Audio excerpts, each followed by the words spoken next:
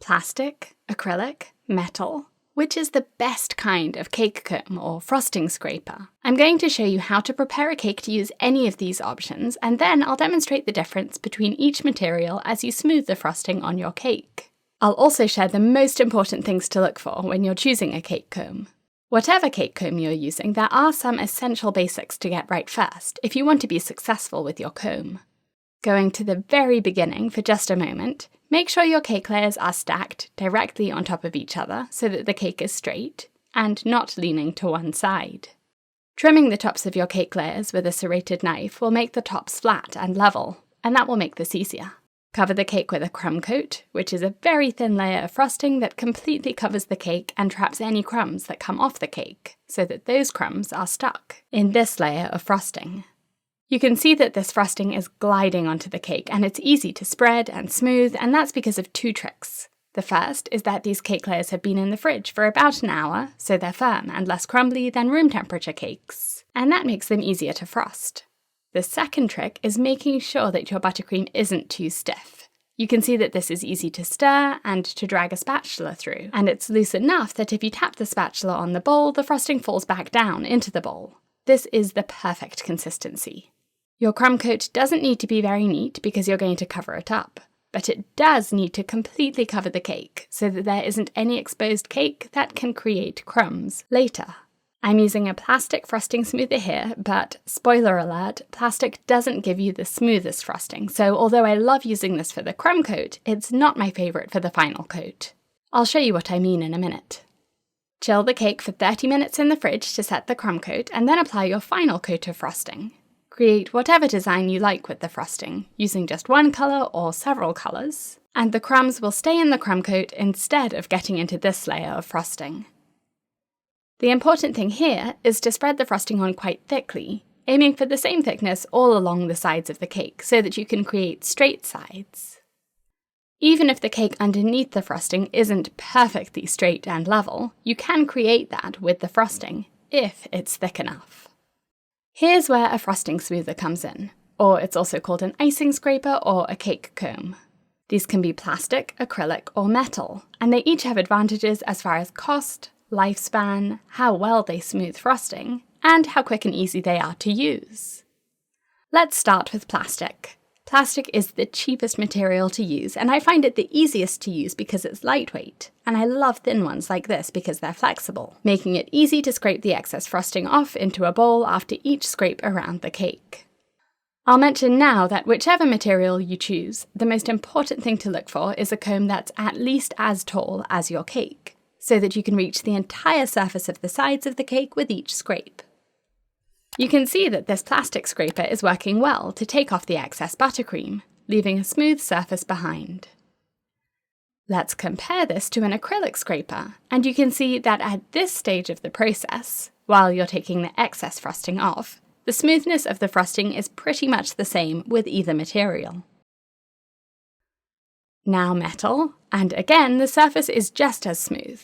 So, when you start smoothing the frosting, it really doesn't matter which material you use, as far as smoothness goes. Once you've taken off the excess frosting so the sides of the cake are straight, this is where the different materials become noticeable. I'm texturing the frosting to blend the ombre more subtly, and now look at the difference between plastic and acrylic. The plastic leaves a nice smooth surface, but you can see some horizontal grooves or lines or ridges in the frosting. This is because plastic wears out quite quickly, and wherever there's a little ding in the edge of the scraper, that will leave a line behind as it scrapes around the cake.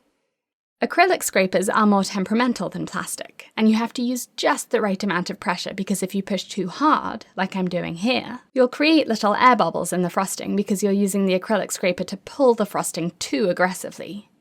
Once you get the hang of these, they're great, but it does take some practice. And just like plastic scrapers, they're very delicate, so if you ding them when you're washing them, or if you drop them, they chip easily, and if you run your finger along the edge, you'll feel the unevenness, and that little chip will leave a groove in the frosting as you scrape. Let's mess up the frosting a bit again to demonstrate a metal cake scraper, and just like the plastic scraper, this one doesn't create air bubbles in the frosting, but also Metal is the most resilient material, so it's the least likely to get dinged, which means the metal scraper has a perfectly smooth edge and it's leaving a perfectly smooth surface behind on the frosting on the cake, with no ridges or grooves. So, as far as smoothness, if your cake scraper is in perfect condition, all three materials can create perfectly smooth frosting. But when plastic and acrylic scrapers get dinged, they leave grooves in the frosting, so it's not as smooth as metal scrapers can achieve. But smoothness isn't the only factor to consider. Another important aspect is how easy and quick a cake scraper is to use. I showed you earlier that plastic scrapers are very quick and easy to wipe clean after each scrape around the cake, to take the excess buttercream off before scraping again. Acrylic scrapers have an angled edge, and that means you have two different sides to wipe the buttercream off. And that's more time-consuming because if you're scraping 10 or 20 times around a cake to smooth the frosting, then all of that extra wiping is going to add a lot of time to the process.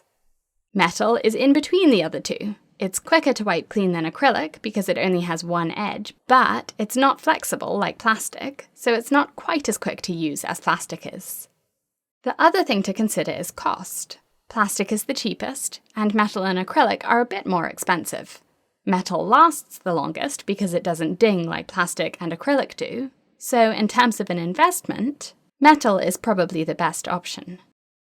The most important takeaways from this video are to make sure your cake is straight and your frosting is the right consistency, because you won't get smooth frosting with any material of cake comb if you don't get those two things right. Since it's possible to get smooth frosting with any material, it really comes down to personal preference.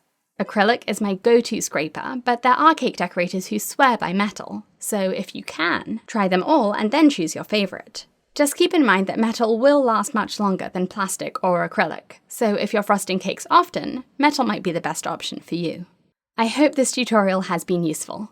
Check out my online cake school for lots of cake decorating classes and courses with unique cake designs, techniques, and tips. The link is in the top of the screen and in the video description. Thank you for watching.